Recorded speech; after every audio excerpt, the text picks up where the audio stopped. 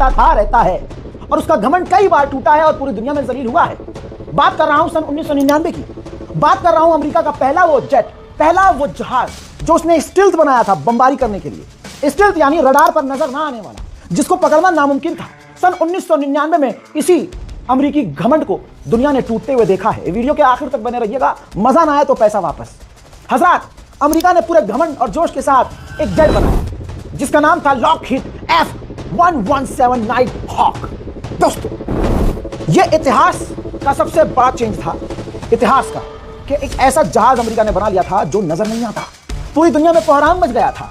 लेकिन जब ज्यादा बड़ा कोहराम मचा, जब इसको ही, जी हां, एक छोटे से देश ने पुरानी टेक्नोलॉजी से, या पुरानी टेक्नोलॉजी की मिसाइल से मार दिया। और जब ये कहानी मैं आपको बता रहा हूं, इस कहानी में एक देश के अंदर का घमासान आपको बताना पड़ेगा। इंटरेस्टिंग स्टोरी है मेरे लिए भी और आपके लिए भी, क्योंकि जब मैंने ये पढ़ा मजा आया, और ये मैं मजा राहुल गांधी की तरह मैं सबको देना चाहता हूं। मजा आया।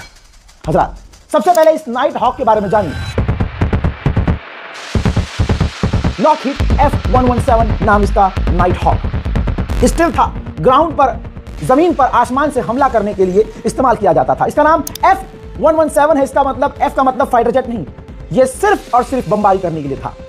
इसको पहली बार चुपके से उड़ाया अमेरिका ने 1981 में, दुनिया को बताया 1983 में, और पब्लिक के सामने रखा 1988 में कि हाँ, इसको हम उड़ा रहे हैं। लेकिन 2008 में इसको एक्सपायर कर दिया, ग्राउंड कर दिया। लेकिन आज भी दुनिया कहती है कि इसको चुपके चुपके से अमेरिका उड़ाता है और कई बार इसको आसमान में देखा गया है। F117 Nighthawk. F-117 Nighthawk. F-117 Nighthawk. F-117 Nighthawk. Officially entered service in 1983 as the world's first operational stealth aircraft. इसको बनाया है लॉकहीड लेजेंडरी स्कुंट्स वर्क्स टीम, यानी जिसने SR-71 और U-2 बनाया था। अच्छा, इसका आकार जब आप देखेंगे तो आकार इसका डायमंड जैसा है, बिल्कुल आड़ा टेढ़ा कट है, वेव्स की तरह। और ये कंप्यूटर से बनाया था अमेरिका ने। जी हाँ, इसका डिजाइन कंप्यूटर से, इसलिए इसका आकार डायमंड जैसा आड़ा टेढ़ा था। इसके आड़े टेढ़े वेव जैसे डिजाइन की वजह से रडार की जो वेव होती थी ये उसको फैला देता है, जिसकी वजह से आसमान में ये नजर नहीं आता। दोस्तों, इसके अंदर पूरी तरह से रडार एब्जॉर्बिंग मटेरियल लगा हुआ है, यानी अगर रडार इसको पकड़ना भी चाहे तो ये इसके शुआओं को जब्त कर लेता था। और ये आज भी इस टेक्नोलॉजी का इस्तेमाल किया जाता है कि इस मटेरियल की वजह से, रडार एब्जॉर्बिंग मटेरियल, इसकी वजह से ये चीज नजर नहीं आती। इसकी जो दुम है वो बिल्कुल वी शेप की है। हालांकि ये आज बहुत पुराना हो चुका है, लेकिन ये दुनिया का पहला ऐसा जहाज था अमेरिका का जो स्टिल था। दावा ये था इसको कोई देख भी नहीं सकता। सोचिए, उस जमाने में 1988 में इसकी स्पीड 1100 किलोमीटर प्रति घंटा थी, रेंज 1700 किलोमीटर से पार, 1700 किलोमीटर दूर तक बमबारी करके अमेरिका तबाही मचा सकता था। हजरात, इसका पहली बार इस्तेमाल पनामा 1979 में इस्तेमाल किया गया अमेरिका ने। फिर गल्फ वार 1991 में अमेरिका ने, भाई साहब, हजारों बमबारी बगदाद और आसपास के इलाकों में।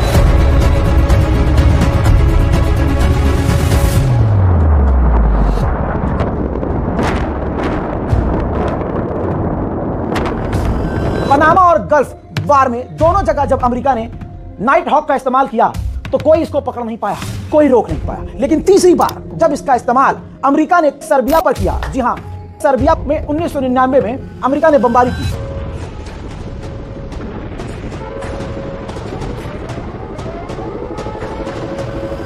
दोस्तों, कहानी पलट गई। वहीं वहां के सर्बिया के कमांडर ने पुराने जमाने की रशियन मिसाइल, बहुत पुरानी, नाम उसका S-125 नेवा, जो सोवियत संघ के समय की मिसाइल थी पुरानी, उसको जमीन से दाग कर इस ना दिखने वाले नाइट हॉक को मार। Bank angle.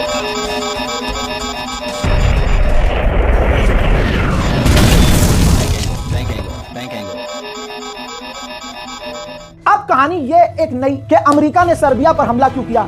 ये एक ऐसी जंग थी जिसमें नेटो भी इन्वॉल्व था, और आज भी उस जंग का असर कई देशों पर देखा जाता है। हज़ार, सर्बिया एक देश था और कोसोवो अलग है। आज कोसोवो पहले के जमाने में उस समय सर्बिया था, और सर्बिया के कुछ लोग, ज्यादातर मुस्लिम समुदाय के लोग, मांग कर रहे थे कि हमें एक अलग मुल्क बनाकर दिया जाए। जैसे आज पाकिस्तान के बलोच लोग बलोचिस्तान की अलग मांग करते हैं, सर्बिया से भी लोग कह रहे थे कि भाई हमें एक अलग नेशन दिया जाए जहां हमारा अपना कानून है। अब यह तनाव बढ़ता गया। सर्बिया की सरकार ने अपने उन लोगों पर हमला कर दिया जो लोग अलग देश की मांग कर रहे थे। अब ये जो हमला किया इसको जुल्म के अंदर काउंट किया गया और अमेरिका यहां बीच में कूद गया और अमेरिका ने कहा, ऐलान कर दिया कि सर्बिया नरसंहार कर रहा है, सर्बिया अपने लोगों के ऊपर जुल्म कर रहा है, लिहाजा हम इन्वॉल्व होंगे और हम इसके खिलाफ हैं।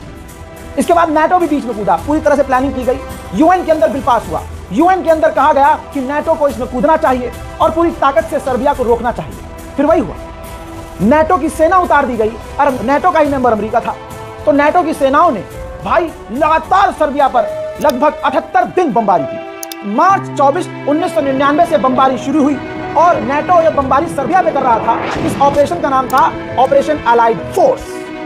हज़रात, नाटो की सेना जमीन पर कहीं नहीं उतरी, सिर्फ हवा से सर्बिया पर बमबारी कर रही थी। ज्यादातर सर्बिया को तबाह कर दिया गया।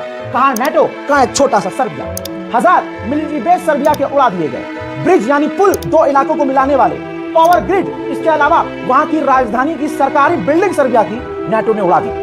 उसमें खास रोल इसी बॉम्बर का था, F-117। इसी जंग के दौरान मार्च 27, 1999 सर्बिया का एक इलाका बुदजानवोक्ची, इस इलाके में एक पायलट कर्नल गैल जेल्को यूएसएफ से भाई ये अपना उड़ा रहे थे जहाज नाइट हॉक, अमेरिकी नाइट हॉक, और उस उड़ान को नाम दिया गया था वेगा 31, ऑपरेशन को वेगा 31।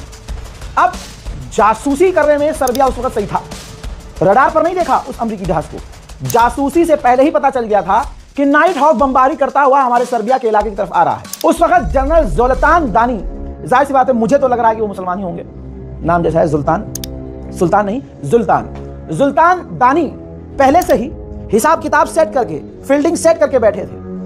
उन्होंने सोवियत के जमाने का S-125 नेवा मिसाइल सेट किया और जैसे ही सामने नजर आया नाइट हॉक, मार दिया मिसाइल। नई टेक्नोलॉजी को पुरानी टेक्नोलॉजी की मिसाइल से जो मार गिराया, भाई दंदनाता हुआ वो जहाज F-117 जमीन पर गिर गया।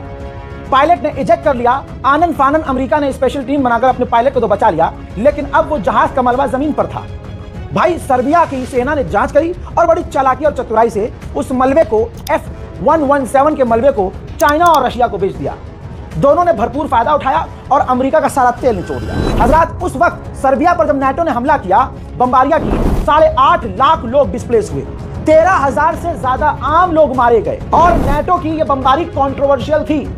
आज भी दुनिया नाटो की बमबारी किसी दूसरे देश सर्बिया पर कबूल नहीं करती। जैसे तैसे आज सर्बिया का एक टुकड़ा काटकर अलग कर दिया गया और उस देश को कोसोवो कहा जाने लगा, लेकिन खुद सर्बिया आज भी कोसोवो को मान्यता नहीं देता है और कहता है यह हमारा है। सर्बिया के इस नीति को कि कोसोवो हमारा है, चाइना और रशिया कहते हैं कि हम सर्बिया के साथ हैं, कोसोवो अलग नहीं है, कोसोवो सर्बिया का है। बाकी सारी दुनिया कोसोवो को मान्यता अलग देती है। हजरात, जब जैसे हमारे दिल्ली में, भारत में दिल्ली में रूस की एम्बेसी है, अल्लाह ना करे कोई दूसरा पाकिस्तान है, गलती से अगर वो हमला कर दे और वो रूस की एम्बेसी जो दिल्ली में वहां हमला कर दे, तो रशिया ये मानेगा ये सीधा हम पर हमला है। नाटो ने सर्बिया पर जब बमबारी की तो चाइना की एम्बेसी को भी उड़ा दिया, जिसकी वजह से आज भी चाइना नाटो पर भड़कता है और आज भी चाइना नाटो को कोसता है। NATO's Barbarian Act is a gross violation of the United Nations Charter, international law and the norms governing international relations. ये दो बड़ी कहानियां थी जो आपको बतानी थी। दुनिया का पहला जो स्टील्थ जहाज है उसको रूसी मिसाइल से मारा। 2008 में F-117 नाइट हॉक को रिटायर कर दिया गया और उसको रिप्लेस किया गया F-22 और F-35 फाइटर जेट, जो आज अमेरिका टॉप लेवल का उड़ाता है। लेकिन आपने देखा है F-16 और पता नहीं कितने फाइटर जेट आज भी सोचते उड़ते उड़ते गिर जाते हैं। तो यह अकल किस चीज की अमेरिका में, यह अमेरिका चाहे। आजाद, ये कहानी सबसे इंटरेस्टिंग है। सोशल मीडिया पर, यूट्यूब पर ऐसी कोई रिपोर्ट मौजूद नहीं है, इस पर किसी ने इतनी डिटेल में वीडियो नहीं बनाई है और भी बहुत सारे अपडेट दे चुका हूं। आगे आप जो कहेंगे उन ऐसे ही कहानियों पर, आपके मन की कहानियों पर और ऐसे ही अनदेखी अनजानी स्टोरीज रजाग्राफी सोशल आपके सामने लाता रहेगा। करना कुछ नहीं है, सिर्फ बटन दबाना है सब्सक्राइब का। जय हिंद।